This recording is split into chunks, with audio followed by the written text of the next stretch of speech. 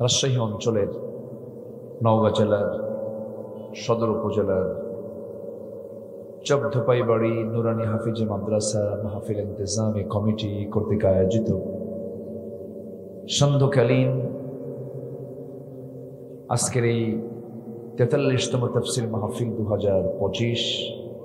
আমি কোরআনের সুর মাঝে শুনেছি যে নাম, আযানের সুর মাঝেও শুনেছি সে নাম।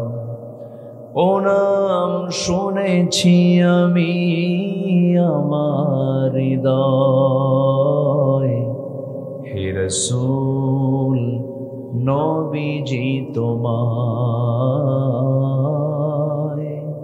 হে রাসূল নবীজি তোমায়। আমার বন্ধুগণ, আল্লাহ রাব্বুল আলামিন এই সূরার মধ্যে একটা আয়াত দিয়েছেন, যে আয়াতের ফলাফল জানিয়ে দিয়েছেন, দুইটা হুকুম মানো, দুইটা হুকুম মানলে পর আমি তোমার প্রতি রহমত নাজিল করব।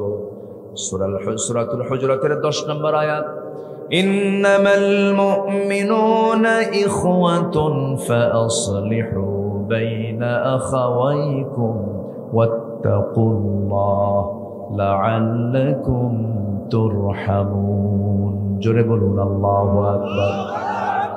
হে ঈমানদারেরা, নিঃসন্দেহে মুমিনরা পরস্পরের ভাই ভাই। যদি কোনো গন্ডগোল লেগে যায়, ফাসলিহু বাইনা আখাওয়াইকুম, তোমাদের মাঝে ভ্রাতৃত্বের বন্ধনটাকে ঠিক করে নাও, ইসলাহ করে নাও, ঠিকঠাক করে নাও। মুমিনদের সম্পর্ক হবে তারা ভাই ভাই থাকবে।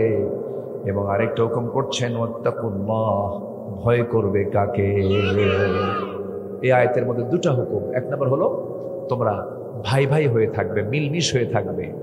দুঃখজনক হলো সত্য, গোটা দুনিয়ার বাতিল শক্তি এক থাকলেও আজকে মুসলমান এক নাই। আমি কি ভুল বলছি?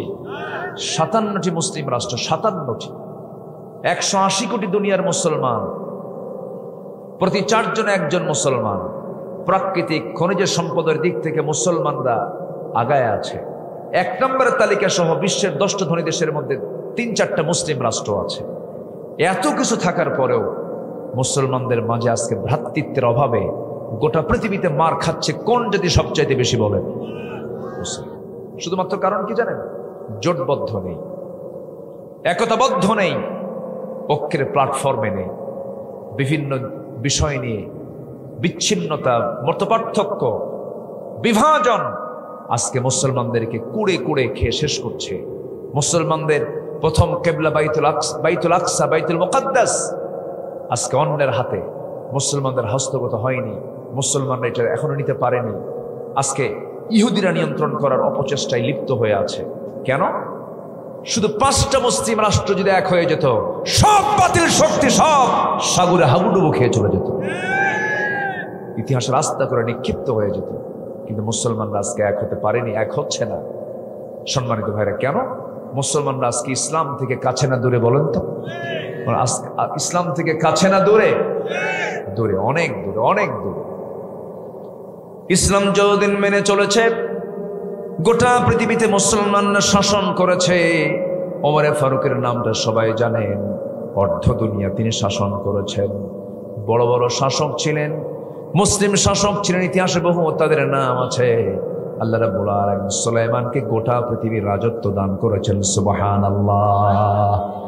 ইউসুফ আলাইহিস সালাম রাষ্ট্র চালাইছেন। আমার নবীজি 12 লক্ষ বর্গ মাইলের রাষ্ট্রপ্রধান ছিলেন, শাসন করেছেন। ওই যে মুসলমানদের সোনালী যুগ, সোনালী ইতিহাস ছিল, এর মূল কারণ হলো মুসলমানরা তাদের আসমানি কিতাব থেকে দূরে সরে যায় নাই, কোরআনকে তারা লালন করেছে, কোরআনকে যারা পালন করেছে। ঠিক কিনা? এটা যখন ছেড়ে দিবেন সব শেষ হয়ে যাবে। আজকে মুসলিমরা, অনেক মুসলমান আছে যারা বলে আল্লাহর আইনের দরকার নাই, আল্লাহর আইন আমরা মানি না, শরিয়া আইন আমরা মানি না। এই সমস্ত কথাগুলো যদি বলা হয়, নতুন করে ঈমান আনতে হবে। এটা কোরআনের কথা, নতুন করে ঈমান আনতে হবে। সম্মানিত ভাইয়েরা, আমরা ভ্রাতৃত্বের বন্ধনে আবদ্ধ হব। জোরে বলি ইনশাআল্লাহ, আর জোরে বলি ইনশাআল্লাহ। সাহাবে কেরামদের মধ্যে কি ভ্রাতৃত্ব ছিল একটু বলি, যে শোনেন। সম্মানিত ভাইয়েরা, আমার নবীর ইন্তেকাল হয়ে গেছে, নবীজি দুনিয়া থেকে বিদায় নিয়েছেন। বিদায় নেওয়ার বেশ কিছু পরে দ্বিতীয় খলিফার আমল, দ্বিতীয় খলিফার নাম কি বলুন তো একটু, বলুন বলুন বলুন। ওমর রাদিয়াল্লাহু তাআলা। ওমর ফারুককে চিনেন তো নাকি? অনেকদিন আগে এক মাহফিলে বললাম, আমি প্রায় বলি, এটা মনে হয় ছোট্ট একটা ছেলে, আমি বললাম ওমর ফারুককে কি চিনেন? সামনে থেকে এক ছেলে বলে, হুজুর আমি চিনি। কে? আমাদের বাড়ির দোতলায় ভাড়া থাকে। এটা সেই ওমর না, এটা শুধু নামের ওমর নয়, এটা কামের ওমর। ভারতের শ্রী মহাত্মা গান্ধী বলেছিলেন, অশান্ত পৃথিবীকে শান্ত করার জন্য একটা ওমর দারুণ প্রয়োজন। একজন হিন্দু লোক, ওমরের যে শাসন প্রণালী ছিল, সবকিছুর মূল কেন্দ্র ছিল তিনি কি দিয়ে শাসন করেছেন বলেন? কি দিয়ে? কি দিয়ে? কি দিয়ে? কোরআন দিয়ে শাসন করেছেন। সম্মানিত ভাইরা, তার শাসন আমলে আমার নবীর ইন্তেকাল হয়ে গেছে। সাইয়েদনা আলী রাদিয়াল্লাহু তাআলা আনহু রাতের বেলা ঘুমাতে গেলেন, স্বপ্নের মধ্যে দেখেন আমার নবীজি তার দরজায় দাঁড়ায় গেছে। সালাম বিনিময় হয়ে গেল। সালাম বিনিময় হওয়ার পর রাসূল বলছেন, আলী রে, বহুদিন যাবৎ সাক্ষাৎ নেই, কথা নেই, আজকে তোমার সঙ্গে সাক্ষাৎ করতে আসলাম। এই কথা বলেই তিনি আমার নবীজির প্রিয় সাহাবী, তার জামাতা সাইয়েদনা আলীর শিয়রে বসলেন। টোপলা থেকে, ব্যাগ থেকে অনেকগুলো খেজুর থেকে তিনি একটা খেজুর হাতের মধ্যে নিলেন, 3 আঙ্গুলে নিয়ে বলছেন, আলী মুখটা ফাঁকা করো, তোমাকে খেজুর খাওয়ায় দেই। খেজুর তার মুখে দেওয়া হলো। খেজুর চাবাতে চাবাতেই তার ঘুম ভেঙে গেল। ঘুম থেকে জায়গা পেয়ে দেখেন তার জিহ্বার ভিতরে তাজা খেজুরের স্বাদ ফুটে উঠেছে। আবেগ আপ্লুত হয়ে পড়লেন, ওযু বানালেন, নামাজে দাঁড়ালেন, আল্লাহর শুকরিয়া আদায় করলেন। আল্লাহ, বহুদিন পর রাসূলকে আবার দেখতে পেলাম। মসজিদে নামাজ আদায়ের জন্য মসজিদের দিকে রওনা দিলেন। নামাজে দাঁড়ালেন, প্রথম কাতারে জায়গা পেলেন না, দ্বিতীয় কাতারে জায়গা পেলেন না, তৃতীয় কাতারে ঠিক মাঝখান বরাবর সাইয়েদনা আলী নামাজে দাঁড়ায় গেছেন, নামাজের দায়িত্ব পালন করছেন। বেতনভুক্ত সরকারি কোনো চাকরিজীবী নয়, মদিনার মসজিদে নামাজ পড়াচ্ছেন 40টা রাষ্ট্রের প্রধান, অর্ধ দুনিয়ার শাসক ওমরে ফারুক রাদিয়াল্লাহু তাআলা আনহু। যেরকম সুবহানাল্লাহ। অর্থাৎ ইসলামের পরিপূর্ণ চিত্র যদি সমাজে আমরা দেখতে পাই, তখন দেখবেন কি জানেন? মসজিদের ইমাম হবে এসপি, মসজিদের ইমাম হবে জজ কোর্টের যিনি জজ, ইমাম হবে সচিব, ইমাম হবে বাইতুল মুকাররমের একজন রাষ্ট্রপতি। কি কথা কি বুঝতেছেন আপনারা? সাইয়েদনা ওমর ফারুক রাদিয়াল্লাহু আনহু নামাজ পড়াচ্ছেন। নামাজ শেষ হয়ে গেল। নামাজ শেষ হয়ে যাওয়ার পরে লক্ষ্য করে দেখেন কোন এক মহিলা কিছু খেজুর হাদিয়া স্বরূপ দিয়ে গেছে। সেই খেজুরগুলো তিনি কারো হাতে নিতে দিলেন না, ওমর ফারুক নিজের হাতে তা গ্রহণ করলেন। গ্রহণ করে নিজেই তিনি দাঁড়ালেন। আল আযকারু বা'দা সালাত, ফরজ নামাজের পরে কিছু দোয়া তাসবিহ তাহলিল করতে হয়, তা তিনি সেদিন করলেন না। আস্তে করে উঠে দাঁড়ায়া প্রথম কাতারে সবার হাতে হাতে 2টা 3টা করে খেজুর দিয়ে গেলেন। দ্বিতীয় কাতারে সবার হাতে 2টা 3টা করে খেজুর দিয়ে গেলেন। তৃতীয় কাতারে যখন তিনি সবার হাতে হাতে 2-3টা করে খেজুর দিচ্ছেন, আলীর কাছে যখন গেলেন, এবার বলছেন, আলী মুখটা ফাঁকা করো। অনেকগুলো খেজুর থেকে একটা খেজুর 3টা আঙ্গুলে নিয়ে তার মুখে উঠায় দিয়ে বলছে, আলী খাও। খেয়ে নিলেন। সাইয়েদনা আলী বলেন, ভাই ওমর, আমার আগের জনকেও 2-3টা করে খেজুর তার হাতে হাতে দিয়েছো। অনেকগুলো খেজুর থাকার পর একটা খেজুর তাও মুখে তুমি দিলা, একটা দিলে, তুমি 2টা দিলে না কেন? কারণটা কি?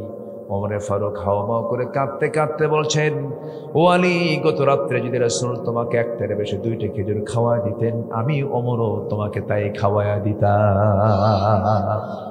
যেরকম সুবহানাল্লাহ বলেন। বুঝলেন কি বলেন? অর্থাৎ যে স্বপ্ন আলী দেখেছেন সেই স্বপ্ন ওমরও দেখেছেন।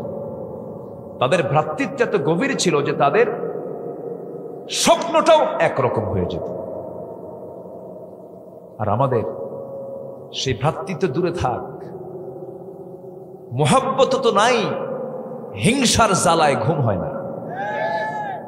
গ্রামের একটা ছেলে একটু পড়াশোনা করে একটু মাথা চাড়া দিয়ে উঠেছে, হয়তোবা সে ফার্স্ট ক্লাস গেজেট কর্মকর্তা হয়েছে, অথবা এসপি হয়েছে, মেজর হয়েছে, অথবা বড় আলেম হয়েছে, অথবা ডিসিএসপি এরকম জাতীয় কোনো একটা ভালো একটা পোস্টে চাকরি করে, ভালো চাকরি পাইছে।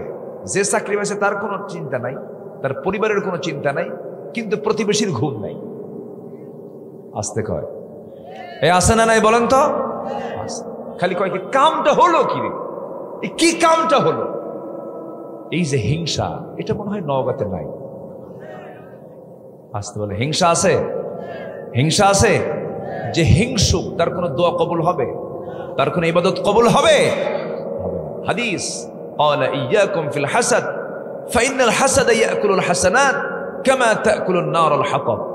হিংসা করো না, আগুন যেমন কাঠখণ্ডকে জ্বালিয়ে দেয়, হিংসা সমস্ত আমলকে বরবাদ করে দেয়। হিংসা। আমি প্রায় একটা উদাহরণ দেই। এক বেচারি বিয়ে করবে। আগের যুগের মানুষ ঘোড়া নিয়ে বিয়ে করত, এখন তো হেলিকপ্টার নিয়ে যায়। কি নিয়ে যায়? হেলিকপ্টার। আগে ঘোড়া নিয়ে যেত, পালকি চলে যেত, তাই না? আপনি কিসে গেছেন? আচ্ছা আচ্ছা, মানে গাড়ি ঘোড়া নিয়ে গেছেন, তাহলে তো আপনি এই যুগেরই মানুষ দেখতেছেন। আচ্ছা, আগের যুগে এরকম আমার দাদারা বলতেন, আমার দাদির বিয়ে হয়েছে তখন শুনতাম, গল্প টল্প শুনতাম। তো ঘোড়ায় করে পালকিতে করে যেত। তো ঘোড়াওয়ালা ছিল গ্রামে একজন। তো যে যুবকটা বিয়ে করবে তা সে গিয়ে বলতেছে, চাচা অমুক দিন আমার বিয়া, ঘোড়াটা কি দিবেন? কিন্তু এই চাচার খুব রাগ ছিল ওই যুবকের উপরে। চাচা কয় যে ঘোড়া সবাইকে দেব, তোরে দেব না, যা। মন টন খারাপ করে বাড়িতে চলে আসছে। এমনি রূপক অর্থে বলছি। তো শবে কদর চলে আসছে। শবে কদরের রাত্রে সে মসজিদে গিয়ে নামাজ কালাম ইবাদত সবকিছু করে সর্বশেষে দোয়ায় হাত তুলছে। তো দোয়ায় হাত তুলে বলতেছে, আল্লাহ আজকে আমার জন্য কোনো দোয়া নাই, তোমার কাছে আমার আজকে একটা মাত্র দোয়া, সেটা আমার নিয়ে নয়। সে দোয়াটা হলো ওই বুড়ার যেন ঘোড়া মরে। বুড়ার যেন কি মরে? ঘোড়া মরে। এই দোয়া করে চলে আসছে বাড়িতে। এসে দেখে মায়ের চোখে পানি। কে মা তুমি কান্দো কেন? কে বাবা তোর গরু মরছে। কি মরছে বলেন? কি মরছে? গরু মরছে। তাহলে মালাকুল মউত কি আসে নাই? বলেন আসছে কিনা? দোয়া কবুল হয়েছে কিনা? কিন্তু মালাকুল মউত গেছে কি ঘোড়ার কাছে না গরুর কাছে? গরু কার? যে দোয়া করছে তারই। এটা জাস্ট একটা উদাহরণ দিলাম। হিংসা করবেন, নিজেই জ্বলে পড়ে সারখার হবেন। হিংসা যার জন্য করছেন তার কিছুই হবে না। এগুলো করা যাবে না। আমরা উদার হব, আমরা মহব্বত করব। আমাদের দেশে ভালোকে গ্রহণ করার ক্ষমতা খুব কম। ধরুন এই যে চেয়ারম্যান সাহেব, উনি চেয়ারম্যান হয়েছে, সবাইকে চেয়ারম্যান হয় বলেন তো? যিনি পরাজিত হবেন তার দায়িত্ব কি? উদারতার চিত্ততা নিয়ে সুন্দর করে তাকে রিসিভ করে নেওয়া। এটার সংস্কৃতি কি আমার দেশে আছে? যখন হেরে গেল, ভোট ঠিক মতো হয় নাই, ও চুরি করছে, এই করছে, দুনিয়ার বাহানা তুলে কৃতজ্ঞতা বোধ যে জাতির মধ্যে থাকে না, সেই জাতি কখনো সামনের দিকে এগিয়ে যেতে পারে না। এজন্য আমরা হৃদয়টাকে বানাবো আকাশের মতো উদার। জোরে বলি ইনশাআল্লাহ। আপনি যতবার আপনি আপনার জন্য দোয়া করবেন, আল্লাহ বলবেন তুই তো স্বার্থপর, তোর দোয়া আমি কবুল করবো না। আপনি অন্যের জন্য দোয়া করেন, আপনার দোয়া করা লাগবে না, আপনার দোয়া আল্লাহ নিজে কবুল করে নিবে। আপনি প্রতিবেশীর জন্য দোয়া করেন, আপনি অন্য ভাইয়ের জন্য, আল্লাহ তুমি ওকে ভালো করে দাও, আল্লাহ আমি ওকে কালিমার দাওয়াত দেই, ওকে নামাজের দাওয়াত দেই, আল্লাহ তুমি ওকে ভালো করে দাও। আল্লাহর সাথে তুমি আমারও দাও।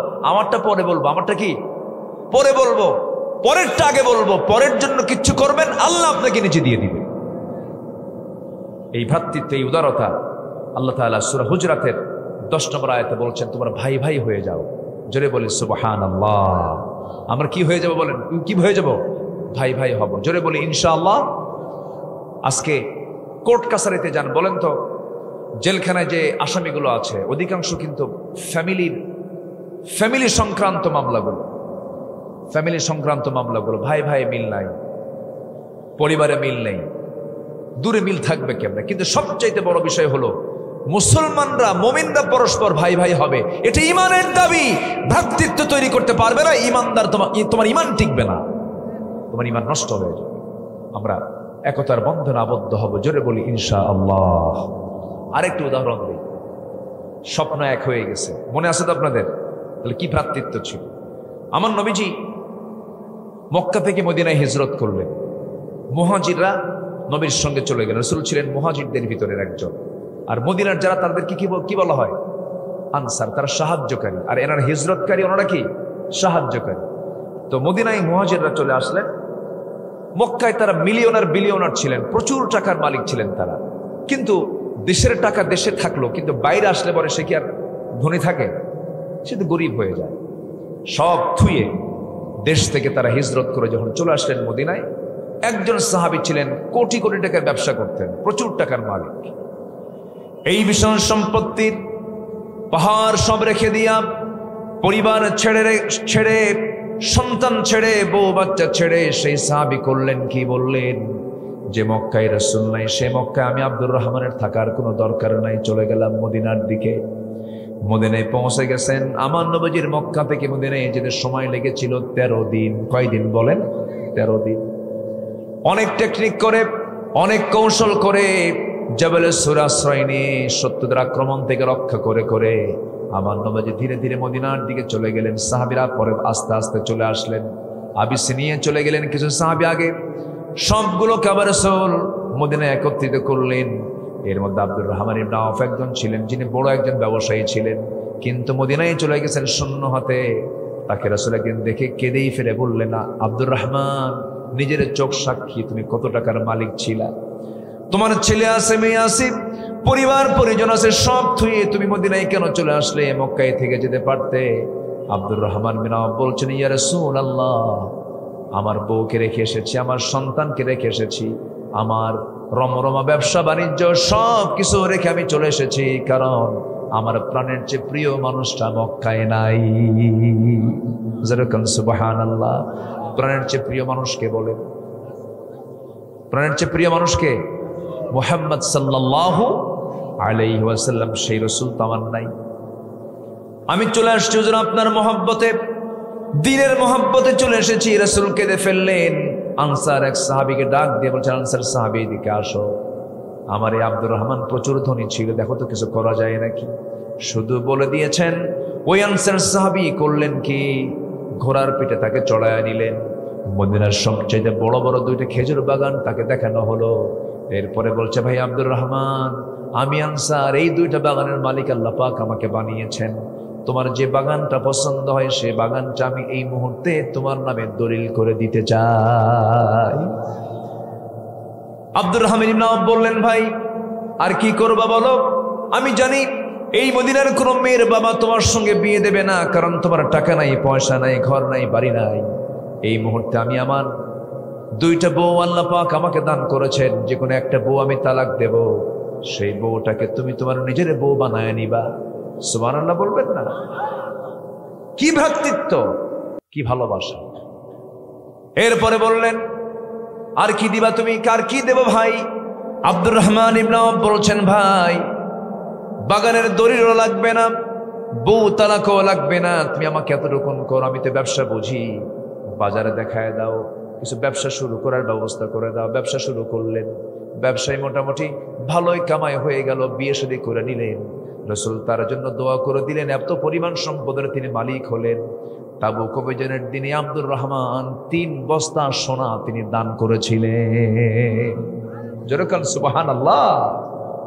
মারা যাওয়ার সময় 13 সন্তান রেখে যান। 13 সন্তানগুলো কুড়াল দিয়ে কেটে কেটে সোনাগুলো ভাগ করতে হয়েছে তাদের। 13 সন্তান রেখে গেছেন কেন? দেখেন, তারা মক্কা ছেড়ে মদিনায় আসলেন। ভ্রাতৃত্বের বন্ধন থাকার কারণে আল্লাহ পাক তাদের মাঝে বিশাল বরকত দিয়েছেন, উদারতা দেখিয়েছেন। তারা উদারতার কারণে, ভ্রাতৃত্ব থাকার কারণে আল্লাহ পাক তাদেরকে বরকতে ধন্য করেছেন। আমরা উদারতা নিয়ে চলবো, ভ্রাতৃত্ব নিয়ে চলবো, জোরে বলি ইনশাআল্লাহ। 1 নম্বর পয়েন্ট শেষ হলো। নাম্বার 2 হলো ওয়াত্তাকুল্লাহ, ভয় করো কাকে? আসতে বলুন, ভয় করো কাকে? সকাল পর্যন্ত বাঁচবেন, গ্যারান্টি কে কে দিবেন? হাত তুলে। সকাল পর্যন্ত বাঁচবেন, গ্যারান্টি দিবেন যে হুজুর আমি সকাল পর্যন্ত বাঁচবই, মরবো না? দেখ হাত তুলে দেখি কে কে আছেন। কেউ আছে? কি ঠুনকো দুনিয়া, ঠুনকো দুনিয়া, ঠুনকো, কিচ্ছু না। একটা লোক হাত তোলার সাহস পাচ্ছেন না। আগামীকাল সকাল পর্যন্ত বাঁচবেন এমন গ্যারান্টি আমরা কেউ দিতে পারবো? এখান থেকে সুস্থ হয়ে উঠতে পারবো এটার গ্যারান্টি কেউ দিতে পারবো? আমরা কিসের চিন্তা করি? আমরা কি প্রাউড দেখাই, কি ক্ষমতার বড়াই দেখাই, কিসের ঐতিহ্যের অহংকার দেখাই? কিচ্ছু না। একমাত্র আমার সবচেয়ে বড় সফলতা হলো আমাকে ভয় করতে হবে কাকে? আসতে বলবেন না, কাকে? সবার আগে হক আদায় করতে হবে কার? আসতে বলবেন না, কার? আল্লাহর হক আদায় করতে হবে, আল্লাহর কাছে ফিরে যেতে হবে, ঈমানকে লালন করতে হবে। আল্লাহু আকবার। ঈমান ছাড়া কোনো উপায় নাই। সফল হওয়ার জন্য সবচেয়ে বড় অস্ত্র হলো ঈমান। ঈমান আছে আপনার সফলতা আছে, ঈমান নেই সফলতা নেই। আল্লাহ রাব্বুল আলামিন বলেন, ইন্নাল্লাযীনা আমানু ওয়া আমিলুস সালিহাতি কানাত লাহুম জান্নাতুল ফিরদাউসি নুজুলা খালিদিনা ফিহা লা ইয়াবগুনা আনহা হিওয়ালা। জোরে বলুন আল্লাহু আকবার। দুইটা কাজ যারা করবে, নিঃসন্দেহে যারা ঈমান আনবে এবং নেক আমল করবে, তাদের জন্য আল্লাহ রাব্বুল আলামিন বলছেন আমি তাদের জন্য 2 নাম্বার নয়, 8 নাম্বার নয়, 7 নাম্বার নয়, 6 নাম্বার নয়, আমি তার জন্য 1 নাম্বার জান্নাত, জান্নাতুল ফিরদাউস বরাদ্দ করব। জোরে কোন সুবহানাল্লাহ। হয়তো বলবেন হুজুর আমি তো ঈমান আনছি, তো আমি তো জান্নাত পাচ্ছি। আমার দেশে বহু ঈমানদার আছে নামাজ পড়ে না, আছে কিনা বলেন? এরকম ঈমানদার কম না বেশি? যে প্রশ্ন করি, বলুন তো নামাজি বেশি না ঈমানদার বেশি আমার দেশে? একটু বলেন। ঈমানদারই বেশি। হ্যাঁ, নামাজ না পড়ি ঈমান তো আছে, ঠিক আছে না? তাহলে নামাজি বেশি না ঈমানদার বেশি? ঈমানদার বেশি। নামই হলো ঈমান আলী।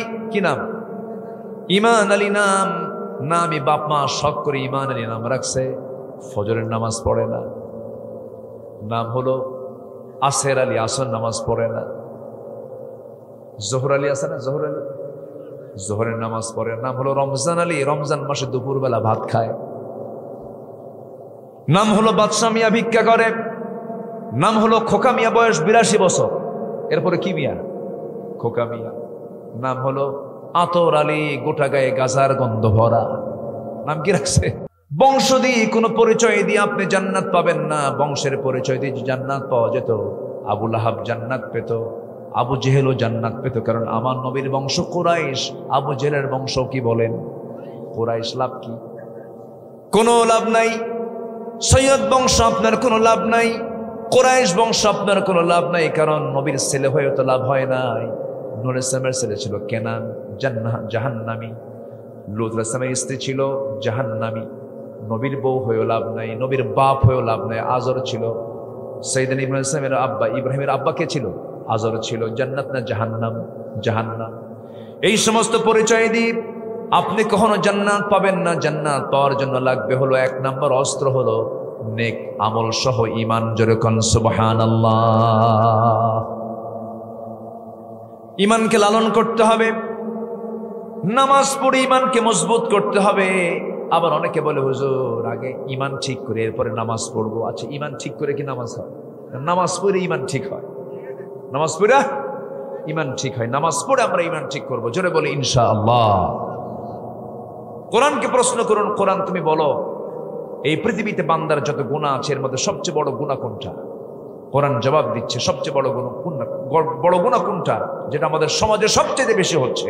কোরআন বলছে فخلف من بعدهم خلف أضاعوا الصلاة واتبعوا الشهوات فسوف يلقون غيا ما سلككم في سقر قالوا لم نك من المصلين ولم نك نطعم المسكين وكنا نخوض مع الخائضين وكنا نكذب بيوم الدين জোরে বলুন আল্লাহু আকবার।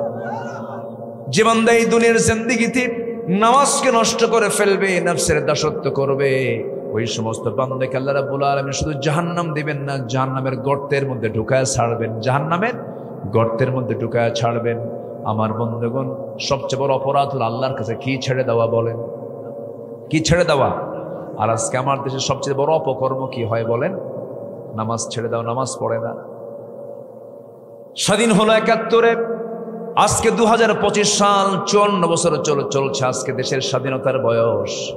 আমার দেশের পার্লামেন্টে কিন্তু মদের আইন পাশ হয়েছে, জিনার আইন পাশ হয়েছে, সুদের আইন পাশ হয়েছে, কিন্তু আজ পর্যন্ত সমস্ত মুসলমান, অধিকাংশ মুসলমানরা রাষ্ট্র চালিয়েছে, তারা পার্লামেন্ট আইন পাশ করেছে, কিন্তু আজ পর্যন্ত কোনো মুসলমান সাহস নিয়ে নামাজের আইনটা পাশ করে নাই। এখান থেকে প্রমাণ হলো যতদিন যারা ক্ষমতায় ছিলেন তাদের নেতৃত্ব দিয়ে কোনোদিন জান্নাত আশা করা যায় না, ঠিক কিনা বলেন? জান্নাত আশা করা যায় কেমনে? তারা সুদের আইন পাশ করলেন, তারা জিনার আইন পাশ করতে পারলেন, মদের আইন পাশ করতে পারলেন, কিন্তু নামাজের আইন পাশ করতে পারলেন না। ওই নেতৃত্ব আমাকে জাহান্নামের দিকে নিয়ে চলে যাবে। কষ্ট পেলে কিচ্ছু করার নাই, কারণ আমিও যাব, আপনিও যাবেন, সকাল পর্যন্ত বাঁচবো তার গ্যারান্টি আমাকে হক কথা বলতে হবে। রাগ করতেছেন নাকি আপনারা? রাগ করা যাবে। আমি দিল থেকে, আপনার দিলে যেন আসর করে, আমি এইভাবেই কথা বলার চেষ্টা করছি। ভাই, সবচেয়ে বড় চ্যালেঞ্জ হলো জান্নাত নিতেই হবে, জান্নাত নিতেই হবে, আমাকে মরতেই হবে, জান্নাত আমাকে নিতেই হবে। এনিওয়ে, কি সেটা কি জাহান্নামের লাইনে থেকে না জান্নাতের লাইনে থেকে? বেনামাজি নেতৃত্ব না নামাজি নেতৃত্ব? নামাজি নেতৃত্বের দিকে যাব আমরা, জোরে বলি ইনশাআল্লাহ। কিন্তু আমার দেশের ইমানদারের ইমান কেমন জানেন? বিড়ির প্যাকেট পাইলেই ইমান বেঁচে শেষ করে, এত ঠুন করা ভাবে ইমানটা কিচ্ছু না। লা ঈমান লিমান লা হাদা লাহ, তার ইমান নাই যার ওয়াদা ঠিক নাই, তার ইমান নাই যার আমানতদারিতা নাই। আমানতের খেয়ানত করা লোক আছে না? আসতে বলবেন না, আছে না নাই? আচ্ছা আচ্ছা, বলেন তো, মসজিদের ইমাম যদি দাড়ি চাচার মোস চাচা হয়, নামাজ পড়বে? যদি বিড়ি খায়, কেন? আপনার সমাজের যদি দাড়ি চাচা, মোস চাচা, বিড়িখোর, গাঁজাখোর, বেনামাজি, এভাবে যদি নেতৃত্ব মানবেন না কেন? আপনি বলবেন আমি নয় চোর হই, হুজুর ভালো হতে হবে, ঠিক কিনা বলেন? সমাজের নেতৃত্ব আমাদের ভালো আনতে হবে, ঠিক কিনা বলেন? এটা আমাদের এসেনশিয়াল হয়ে গেছে। সব দেখা শেষ করেছি আমরা, কোনো দেখার বাদ নাই। আগামীর দেশকে আমরা দেখতে চাই কোরআনের বাংলাদেশ। রাজি আছেন কারা কারা? হাত উঁচু করে দেখান মুসলমান।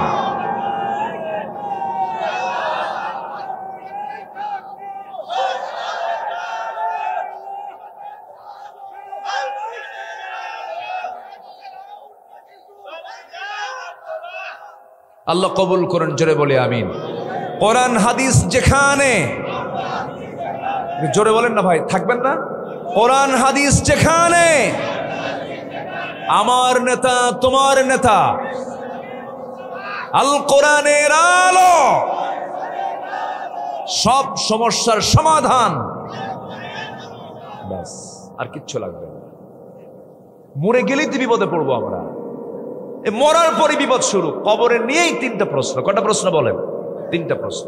মার রব্বুক, তোমার রব কে? বলেন কে? কে রব? মানে হচ্ছে আইনদাতা। রব মানে কি? কে? আমার রব কে? আইন তো আপনি আল্লাহর মানেন নাই। ওমান নবিয়ুক, কি বলে? ওমা দীনুক, তোমার দিন কি? বলেন তোমার দিন কি? ইসলাম। দিন মানে কি? জীবন বিধান। দিন মানে কি? জীবন বিধান। বিধান হবে কি? ইসলাম। ইসলাম বলেন কি? বলেন বলেন বলেন ইসলাম। ওমান হাদার রাজুল, তোমার নবীকে, তোমার নেতাকে, মুহাম্মদ সাল্লাল্লাহু আলাইহি ওয়াসাল্লাম। সম্মানিত ভাইরা, আজান হয়েছে চতুর্দিকে, যে নামাজি না ছটফট ছটফট ভাব শুরু হয়ে গেছে। হুজুর ওয়াজ করে, নামাজ পড়বে না, এরকম চিন্তায় আছে। সমস্যা নাই, নামাজ আমরা যত সময় আমরা শেষ করে নামাজ পড়বো, জোরে বলি ইনশাআল্লাহ, কোনো টেনশন নাই। টেনশন আছে? আচ্ছা, সম্মানিত ভাই, ইমানটা কি দেখেন, তারাও ইমান এনেছেন, আমরা ইমানের দাবি করি। এক সাহাবী ইসলাম কবুল করছেন, তার বাড়িটা হলো মক্কা এবং মদিনার ঠিক মাঝখান বরাবর। মক্কা মদিনার কি মাঝখানে। নবীর দাওয়াত তার কানে গেল, তিনি কালেমা গ্রহণ করলেন। ইয়াং টকবকে যুবক, জন্মের পূর্বে বাপ হারাইছেন তিনি, চাচার কাছে মানুষ হয়েছেন, মা বেঁচে ছিল। তো চাচার কাছে সংবাদ গেছে যে আব্দুল্লাহ ইসলাম কবুল করেছে। বললেন, এই তুমি নাকি ইসলাম কবুল করছো? হ্যাঁ, মহাসত্য এটা, চাচা আপনাকে প্রস্তাব করছে, আপনিও দিন গ্রহণ করুন। চাচা ক্ষেপে বারুদ হয়ে গেছে, তুই আমার ফ্যামিলি, আমার পরিবার, আমার বাপ দাদার ধর্মে তুই চুনকালি মারলি, তুই কি জানিস কি হতে পারে? আজকের সমাজেও কিছু লোক আছে দেখবেন, বলে আমার বাপ এটা করে গেছে, আমি কি এটা বাদ দিতে পারি? আমার বাপও চোর, আমিও চোর। এরকম লোক আছে না নাই বলেন তো? না, আমাকে আমার জান্নাতে যেতে হবে। লাহা মা কাসাবাত ওয়া লাকুম মা কাসাবতুম, সে যা অর্জন করেছে তার, আমি যা অর্জন করেছি আমার। কেউ কাউকে সেদিন কিছু কাজে লাগবে না, ইমান ছাড়া। কি ছাড়া? ইমান। তো সাহাবী বললেন, চাচা আপনি কি বলতে চাচ্ছেন? তুই কি জানিস এটার ফলাফল কি হতে পারে? আমি তোর চাচা, তোর বাপ মারা গেল, তুই এতিম, কত কি করে আমি তোকে বড় করলাম, আমার সম্পত্তি পর্যন্ত তোকে লিখে দিলাম, আর তুই এই কাজটা করলি। আমি তোর হস্তগত যত সম্পত্তি আছে সব আমি জোর করে নিয়ে নেব। উনি মুস্কি হাসি মেরে বলেন, চাচা জোর করে নেওয়া লাগবে না, আমি আপনাকে এমনি আপোষেই দিয়ে দেব। সুবহানাল্লাহ বলবেন না? সব সম্পত্তিগুলো জোরপূর্বক নিয়ে নিল, শারীরিক নির্যাতন করল, মারতে মারতে রক্তাক্ত করে জমিনে ফেলে দিয়া জামা টেনে ছিঁড়ে ফেলে নগ্ন দেহ বানায় ফেললো। এমনকি দেহের লজ্জাস্থান ঢাকতে যে কাপড়, যে লুঙ্গিটাও টেনে খুলে ফেলে দিল। ঘর থেকে উলঙ্গ করে বের করে দিয়েছে। আব্দুল্লাহ উলঙ্গ দেহ নিয়া, নগ্ন দেহ নিয়া মার দরজায় গিয়ে বলছে, মা দরজা খোলো, দিন গ্রহণ করেছি, ইমান এনেছি, আমার চাচা আমাকে লুঙ্গিটা পর্যন্ত খুলে ঘর থেকে বের করে দিয়েছে। ও মা, দুনিয়ার কোনো দরবার ভাল লাগে না, আমাকে বিদায় দিয়ে দাও। এক খণ্ড কাপড় থাকলে আমার শতটা ঢেকে ফেলি, আমি নবীর দরবারে চলে গেলাম। শীতকাল, সেই সময় প্রচন্ড শীতের ভিতরে কোনো কাপড় গায়ে নাই, থরথর করে কাঁপতেছিলেন, নগ্ন দেহ নিয়ে কোনো মতো শতটা ঢেকে নবীর দরবারে পৌঁছে গেলেন। দরজায় গিয়ে করাঘাত করলেন। নবীজি দরজা খুলেই দেখে নগ্ন দেহ দাঁড়ায় আছে একজন। নবীজির ব্যবহৃত সুন্দর দুটো জুব্বার ভিতরে, সুন্দর কয়েকটা জুব্বার মধ্যে দুইটা সুন্দর জুব্বা নবীজি হাতের মধ্যে নিয়া এবার বলছেন, ও আব্দুল্লাহ, এই যে তোমাকে চাদরখানা দিলাম, ভালো করে পড়ে নাও। তোমার চাচা তোমাকে বস্ত্রহীন করে বের করে দিয়েছে, আর আমি নবীজি আমার গায়ের জুব্বা আমি তোমার হাদিয়া দিয়ে দিলাম। সাহাবীর কলেজে ঠান্ডা হয়ে গেল। রাসূল বললেন, ও আব্দুল্লাহ, তুমি কিছু চাচ্ছ নাকি? আমার কাছে বলো। হুজুর, আপনি আমার জন্য দোয়া করুন, আমি যেন মৃত্যুর রাজপথ, শহীদে মউত যেন আমি লাভ করতে পারি। আমার নবীজি দুহাত তুলে দোয়া করছেন, আল্লাহ আমার আব্দুল্লাহর জান মালকে তুমি আল্লাহ কাফের বেঈমানদের জন্য হারাম করে দাও। এই দোয়া করার সঙ্গে সঙ্গে আব্দুল্লাহর মনটা খারাপ হয়ে গেল। তিনি বলছেন, হুজুর, আপনি আমার জন্য যে দোয়াটা করলেন, এই দোয়াটা উল্টা দেওয়া হয়ে গেছে। কাফের বেঈমানরা যদি আমাকে না মারতে পারে, আমি শহীদ হব কেমনে? রাসূল মুস্কি হাসি মেরে বলছে, আব্দুল্লাহ রে, চিন্তা করিস না, ওয়াইম্মা তাআলা ফিরাশিহি, তোমার মওতটা যদি বিছানায় হয়ে থাকে, আল্লাহ রাব্বুল আলামিন তোমাকে শহীদের দরজা দিয়ে দিবে। শহীদি তামান্না যদি লালন করো তুমি, কোনো টেনশন নাই। আমার নবীজি তাকে আসহাবে সুফার সদস্য বানায় দিলেন। এইভাবে দীর্ঘদিন চলতে লাগলো। চলতে চলতে হঠাৎ করে নবীর নেতৃত্বে যুদ্ধের ডাক চলে এলো। নবীজি মদিনার মসজিদ থেকে বের হলেন অভিযান শেষ করে আবার ফিরে আসতেছেন মদিনার দিকে। ওই আব্দুল্লাহ সঙ্গে ছিলেন। হঠাৎ করে নবীর কাছে সংবাদ গেল, হুজুর, আব্দুল্লাহ প্রচন্ড অসুস্থ। রাসূল বলছেন, ভালো করে সেবা করো। আমার খুব প্রিয় সাহাবী। 3টা দিন পর সাহাবীরা আবার এসে বলছেন, হুজুর, আব্দুল্লাহ বেঁচে নাই, আব্দুল্লাহ দুনিয়া থেকে বিদায় নিয়েছে। আমার নবীর চোখে অশ্রু পূর্ণ হয়ে গেল। বলছেন, ও আমার সাহাবীরা, আমার আব্দুল্লাহর জানাজার ব্যবস্থা করো, কাফন দাফনের ব্যবস্থা করো, কাফনের কাপড় পরায় দাও। আব্দুল্লাহর জানাজা কেউ পড়াবে না, আমি রাসূল নিজে তার জানাজার দায়িত্ব গ্রহণ কাঁধে নিয়ে নিলাম। জোরে বলেন সুবহানাল্লাহ। জানাজা শুরু হয়ে গেল, জানাজা সম্পূর্ণ করলেন রাসূল। এরপরে বলছেন, সাহাবীরা, আমার প্রিয় সাহাবী আব্দুল্লাহর কবরটা তোমরা কোথায় খনন করেছো? অমুক জায়গায় খনন করেছো, ওই দিয়ে পাহাড়ের চিপায়। রাসূল বলছেন, আমাকে নিয়ে যাও। নিয়ে যাওয়া হলো। কবরের ঠিক সামনে দাঁড়ায়া আমরা রাসূল আবেগে আপ্লুত হয়ে পড়লেন। রাসূল নিজে কবরের মাটিতে নামলেন। নেমে বলছেন, আবু বকর ডানে নামো, ওমর তুমি বামে নামো। রাসূল বললেন, আমার সাহাবীরা শোনো, আজকে আব্দুল্লাহর কাফন দাফনের জন্য আমি কাউকে দায়িত্ব দিলাম না। আমি রাসূল নিজে নেমে পড়লাম। আমি আব্দুল্লাহকে দারুণ ভালোবাসি, লাশটা হাতে তুলে দাও। সাহাবীরা যখন আব্দুল্লাহর লাশ যখন হাতে দিয়ে দিলেন, নবীজি কেঁদে কেঁদে বলছেন, আবু বকর মাথা ধরো, ওমর পাটা ধরো।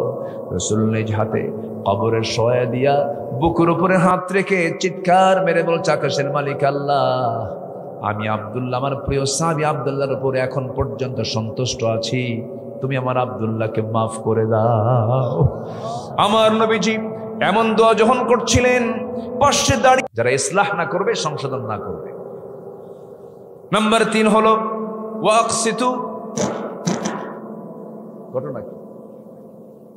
হঠাৎ করে বোমা মারে কেন?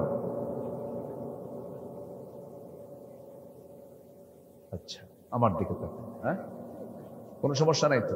যন্ত্র তো, মেশিন তো, কখন কোন জায়গায় হয় দেখেন। আমাদের পেটে তো ভুটভাট করে, মাঝে করেন, পেটে ভুটভাট করেন করে। সুস্থ মানুষ হঠাৎ করে পেট ভুটভাট শুরু হয়ে গেছে, তো মেশিন তো হতেই পারে। অন্তত মাইক ওলা ঠিকঠাক, মাইক যা হয় হোক। আপনি ঠিক আছেন তো? আচ্ছা, থাকে। ওয়াকসিতু, ন্যায় বিচার করা। আল্লাহ তাআলা বলেন, আমি যারা ন্যায় বিচার করবে, আমি আরশ আজিমের ছায়া তাদেরকে জায়গা করে দেব। যেরকম সুবহানাল্লাহ। 3 নাম্বার চলে গেল। নাম্বার 4 হলো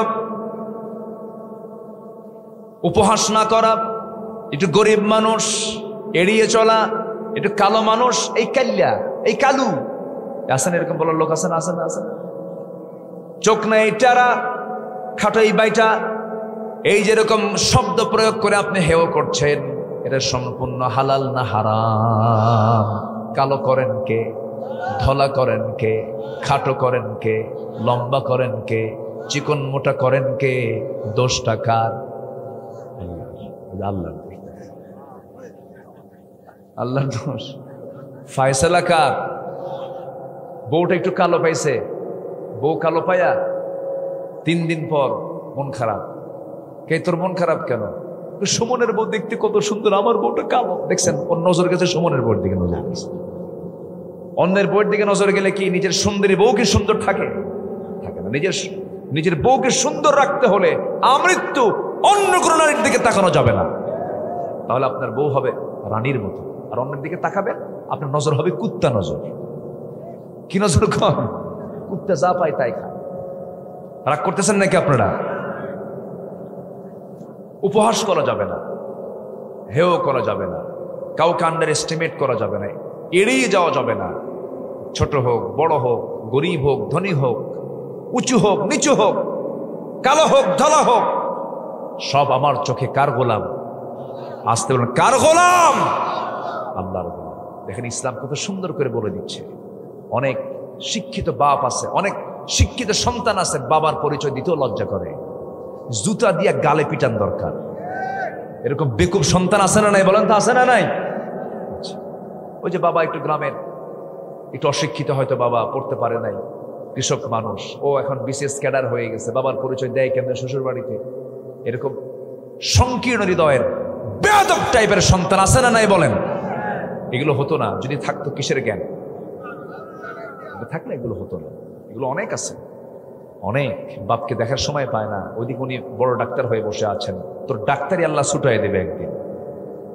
অনেক ডাক্তারের বাপ, অনেক ইঞ্জিনিয়ারের বাপ আমাদের কাছে এসে কান্দে। ঢাকায় আমি জুমার নামাজ পড়ে এক জায়গায়, মাঝে মাঝে কান্দের, বলে, হুজুর আমার বাড়ি আছে, গাড়ি আছে, সবই আছে, টাকা আছে, পয়সা আছে, সন্তানগুলো আমাকে কাছে রাখে না, ওরা দূরে দূরে থাকে, আমাকে কাজের মেয়ে দিয়ে, কাজের মানুষ দিয়ে আমার খেদমত করায়। হুজুর, এর যদি ডাক্তার না বানায়, যদি আমি এদের চাষাও করতাম, তাও তো এদের কাছে পাইতাম। এরকম দুঃখে ভরা অনেক বাবার হৃদয় আছে না নাই? দয়া করে এই জন্য মাদ্রাসায় দিবেন, চোখ বন্ধ করে মাদ্রাসায় পড়াবেন, কোরআনটা হৃদয়ে ঢুকায় দিবেন। কোরআন হৃদয়ে ঢুকায় দিলে আল্লাহর কসম করে বলি, ওই সন্তান অন্তত বাপ মার খেদমত থেকে নিজেকে দূরে রাখবে না। আলহামদুলিল্লাহ বলেন। আমি গত বছর নিজের উদ্যোগে উত্তরবঙ্গের গেটওয়ে বগুড়া, চেনেন তো, বগুড়ার শেরপুর একটা উপজেলা আছে। এই উপজেলায় পৌরসভার মধ্যে আমার একটা হোম টাউন হওয়ার কারণে আমি এটাই শুরু করেছি। ঢাকাতেও আছে। আমি একটা প্রতিষ্ঠান চালু করেছি, বাংলা, ইংরেজি, অঙ্ক, এগুলো তো থাকবে, বিজ্ঞান থাকবে। এর পাশাপাশি ক্লাস 5-এর ভিতরে 10 থেকে 11 বছরের মধ্যে একটা সন্তান সে হাফেজও হবে, বাংলা, ইংরেজি, অঙ্ক শিখে ফেলবে। সর্বোচ্চ 10 থেকে 11 বছর। মিশর, মক্কা, মদিনা, সিঙ্গাপুর, মালয়েশিয়া, বিভিন্ন দেশের আমি সিলেবাসগুলোকে আমি একটু সার্চ করেছি, একটু স্টাডি করেছি। আমি খুঁজে খুঁজে একটু বের করার চেষ্টা করছি যে বেসিক্যালি কোনো জাতি যদি গড়ে তোলা যায়, আপনার এলাকায় যদি এরকম 1000 যদি সুসন্তান তৈরি হয়, ওই সমাজ আলোকিত হয়ে যায়। এজন্য আমাদের শিক্ষা ব্যবস্থার কিছু ত্রুটিও আছে। প্রচলিত মাদ্রাসা কওমি, সেখানে বাংলা ইংরেজির একটু ব্যবহার একটু কম থাকে। আবার স্কুলে তো আরবির কিচ্ছু নাই। বলে যে তুমি উজুর ফরজ পারো, কয়টা? 14টা, 10টা বেশি কইছে। কিন্তু বিসিএস ক্যাডার সূরা ফাতিহা পড়তে পারে না, আছে কিনা বলেন? আছে। এই জন্য আপনার সন্তান বিসিএস ক্যাডার হবে না কেন, হোক আর্মি অফিসার হোক, প্রশাসনিক কর্মকর্তা ক্যাডার হোক, সমস্যা নেই। কিন্তু ক্লাস 5-এর মধ্যে যদি আপনার সন্তানের সিনার মধ্যে যদি কোরআনটা তুলে দিতে পারেন, অবশ্যই ওই সন্তান কখন আল্লাহর পথ থেকে অন্য পথে যাবে না। আল্লাহ কবুল করুন। এখানে সন্তানের বাপ নাই? আছেন কিনা? আছেন কিনা? যাদের সন্তান 5, 6, 7, 8, 9 এই বয়সের যাদের বাচ্চা আছে, সিদ্ধান্ত নিয়ে ফেলুন, আর ভুল করবেন না। আগে দিনটা শিখান, এরপরে জেনারেল লাইনগুলো শিখান, সমস্যা নেই। পড়ান ওকে ফিজিক্স কেমিস্ট্রি পড়ান, সমস্যা নেই। কিন্তু আগে এটা শিখান। এটা শিখলে হবে কি, সারা জীবন কোরআনের ঢিকুস আসবে। ওই যে সকালবেলা আপনি যদি কড়কড়া খান, কড়কড়া বুঝলেন তো, কড়কড়া খাইলে পরে ওই পেঁয়াজ রসুনের ঢেকুস, আপনি পোলাও, কোরমা, জর্দা, বিরিয়ানি খাইলেও ঢেকুস উঠবে কোনটা সারাদিন বলেন? ওই পেঁয়াজের। সকালবেলা কড়কড়া খাবারের ঢেকুস উঠবে। এই জন্য দিন শিখান। আমি মাদ্রাসা দিয়েছি আপনাদের কাছাকাছি, তো এটা বগুড়া শেরপুর কাছাকাছি। যদি কেউ দিতে চান, আমি এখানে প্রয়োজনে কিছু কার্ড রেখে যাব, মাদ্রাসার কার্ড আপনারা নিয়ে যাবেন। 5, 6, 7 বছর যাদের আছে, আধুনিক শিক্ষার পাশাপাশি ক্লাস 5-এর ভিতরে সে হাফেজ হয়ে যাবে। আলহামদুলিল্লাহ বলেন। এটা কাজটা আপনারা করবেন। আমি আমার নিজের তরফ থেকেই একটা প্রপোজ আমি আপনাকে রাখলাম। আল্লাহ সব বাবাকে হাফেজের বাপ বানান। হাফেজ ডাক্তার, হাফেজ ইঞ্জিনিয়ার, হাফেজ জজ, হাফেজ এমপি, হাফেজ মন্ত্রী, হাফেজ চেয়ারম্যান, অন্তত রডের বদলে বাঁশ দেবে না, ঠিক কিনা? জাতি করতে হবে। আচ্ছা, কষ্ট পাচ্ছেন নাকি আপনারা? তাহলে লা ইয়াসখার, উপহাস করা যাবে না। নাম্বার 5 হলো কোন নারী অপর নারীকে যেন উপহাস না করে। নাম্বার 6, অপমান করা যাবে না। কি করা যাবে না বলেন তো? সম্মান, মানুষের সম্মানের দাম কিন্তু অনেক। একটা মানুষের সম্মানের দাম আছে না নাই বলেন তো? যারা ইচ্ছা করে কোনো মানুষের সম্মানে হাত দেবে, ওর চাইতে বড় জালিম এই দুনিয়াতে আর নাই। সম্মানে হাত দেওয়া যাবে। নাম্বার 7, ওয়ালা তানাবাজু, একে অপরের প্রতি দোষারোপ করবে না। দোষটাকে তুমি নিজে স্বীকার করে নেবে, আমি দোষী, কিন্তু কারোর উপরে দোষারোপ করবে, এমনি দোষ চাপায় দিবে না। এগুলো মনে হয় নাই আমার দেশে।